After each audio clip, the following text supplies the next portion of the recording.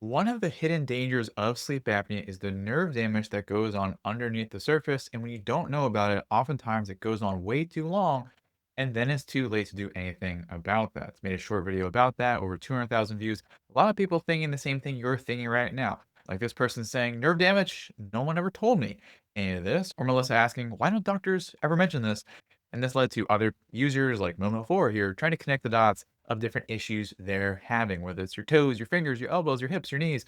A lot of nerve damage happens everywhere with sleep apnea. So, sleep apnea causes a lot of damage to your nerves. So, that's why in this episode, we will cover what is going on with your nerves and what can be done if it's not too late. We'll cover what that line in the sand is, including what this user was saying about an additional practice she was using to help with her real bad nerve damage here. So, if you don't know me, I'm Dylan Pecos. Back in medical school, I was struggling with sleep apnea.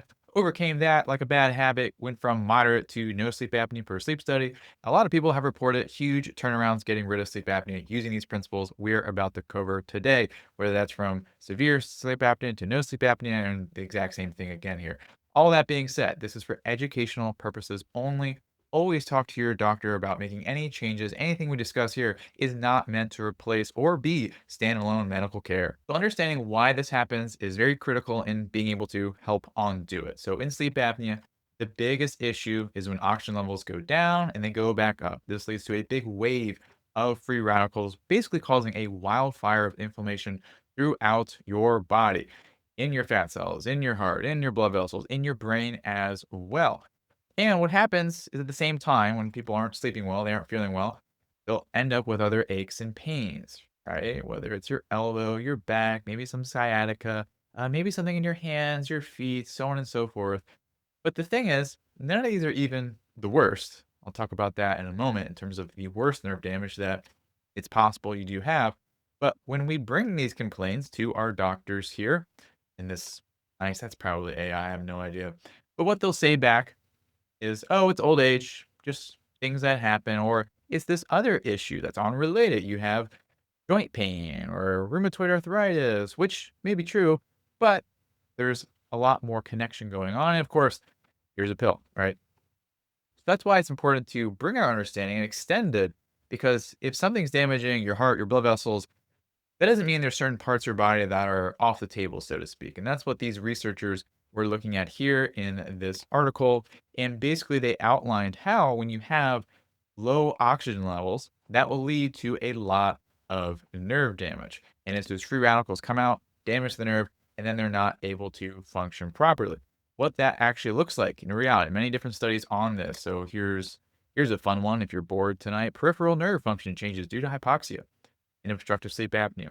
So what they did in this study is they did nerve conduction studies where they essentially poke you with the thing and shoot electricity through you. I mean, it's as unpleasant as it sounds. It's really actually not very pleasant at all. It's shocking, rather. Um, Awful joke, I know. And when you do this, it should happen like on the left here. If I'm lining this up correctly. You shoot a nerve pulse and then you sense it how it travels. Because if you shoot some electricity from point A to point B in a nerve, it should go at a certain speed, and that's how you measure how healthy this nerve is. And it can pick up if your nerve is slowing things down or just completely blocking things off, right?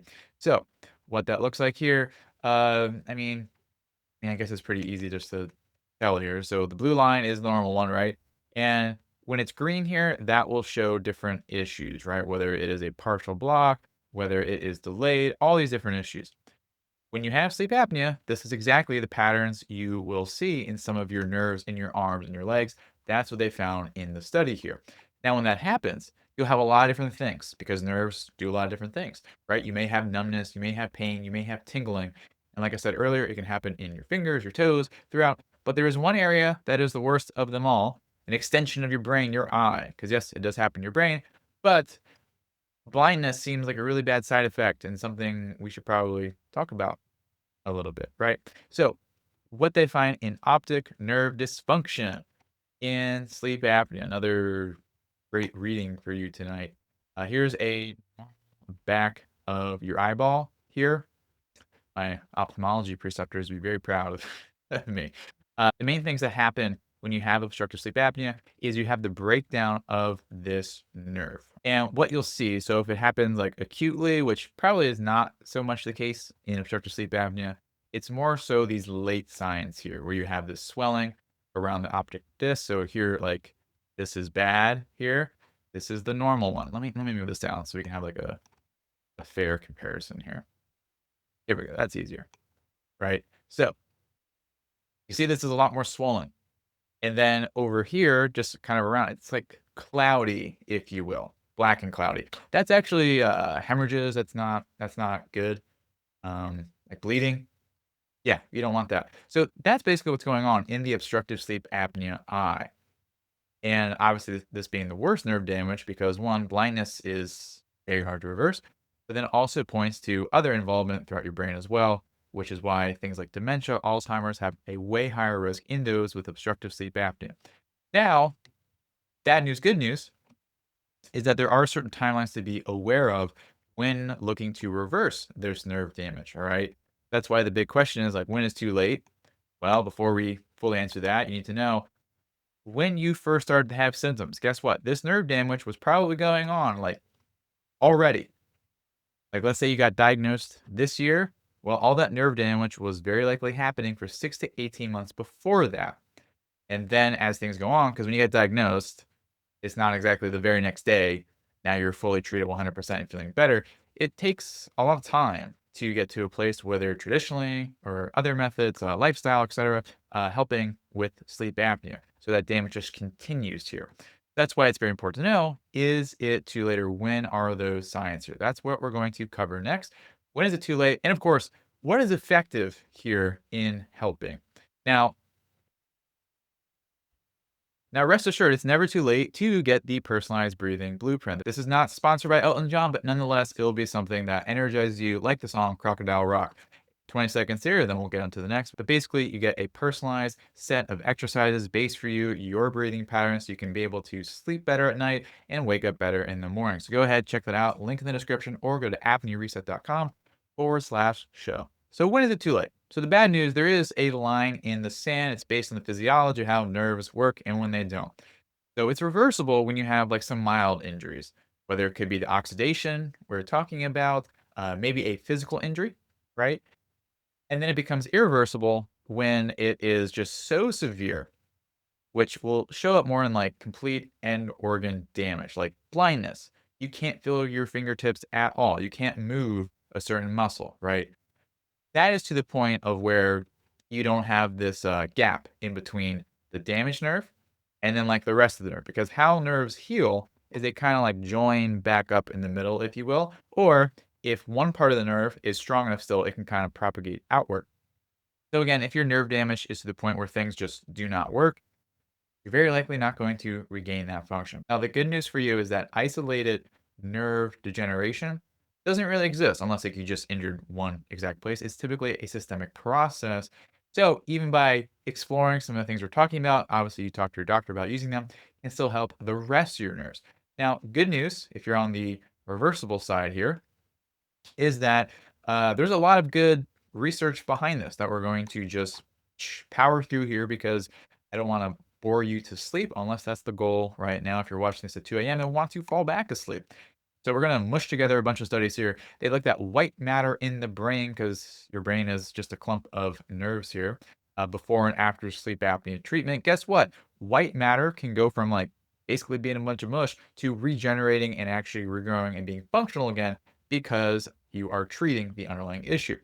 Now, for the peripheral nerves, right, like fingertips, toes kind of stuff, right, that will also have a pretty fast turnaround once you get things right at night. And even the eye, again, if there's like severe hemorrhaging, etc., less so, but being able to reverse the damage in the optic nerve with your eye also will happen here, right? So, that being said, there is work required, my friend. So, talk to your doctor. And obviously, I would be remiss to say when I say like these were treated, that was with a CPAP. That's the main treatment. None of these looked at other things like surgery or lifestyle change, etc. They were all CPAP. But the main point is just restoring breathing function at night, right? So I would assume if you were to study this, like say with the mouth guard or with weight loss or with breathing exercises, it would be strikingly similar results for that. All that being said, we're going to go over the research picks here. And of course, from Mama Soto here, what she was using and the efficacy behind that. So, number one, red light therapy here. You don't need to pose for cool pictures, you still can. But red light therapy or low level light therapy has been shown to be helpful for neuropathy here. Now, all these papers, we will be using the most common type of nerve damage, which is diabetic peripheral neuropathy. There is a lot of carryover mechanistically between this and other nerve damage, and it's really the best available model we have with the best data. So that's what we're using for a lot of these here, because I want to give you the best data available here. So a lot of randomized clinical trials, a lot of participants. Red light therapy helps a lot, reducing pain, improving nerve function, restoring velocity on this conduction test. Big thing number two, B vitamins, specifically B1 appears to be the most helpful. Um, but these have a very important role because when your nerves want to grow again, these are like the ingredients they need to do just that. So that's been shown to be helpful. Another one that's been helpful, a ketogenic diet. All right. So this has been shown as well that ketogenic diet and intermittent fasting, again, talk to your doctor if that's appropriate for you. May not be appropriate for everyone, but can help with nerve repair and lots of good stuff here. Really quoting the literature. That's what it said. Good stuff in the discussion. We got some good stuff here, boys. Number, oh geez, 3, 4, I don't know. Alpha lipoic acid, ALA.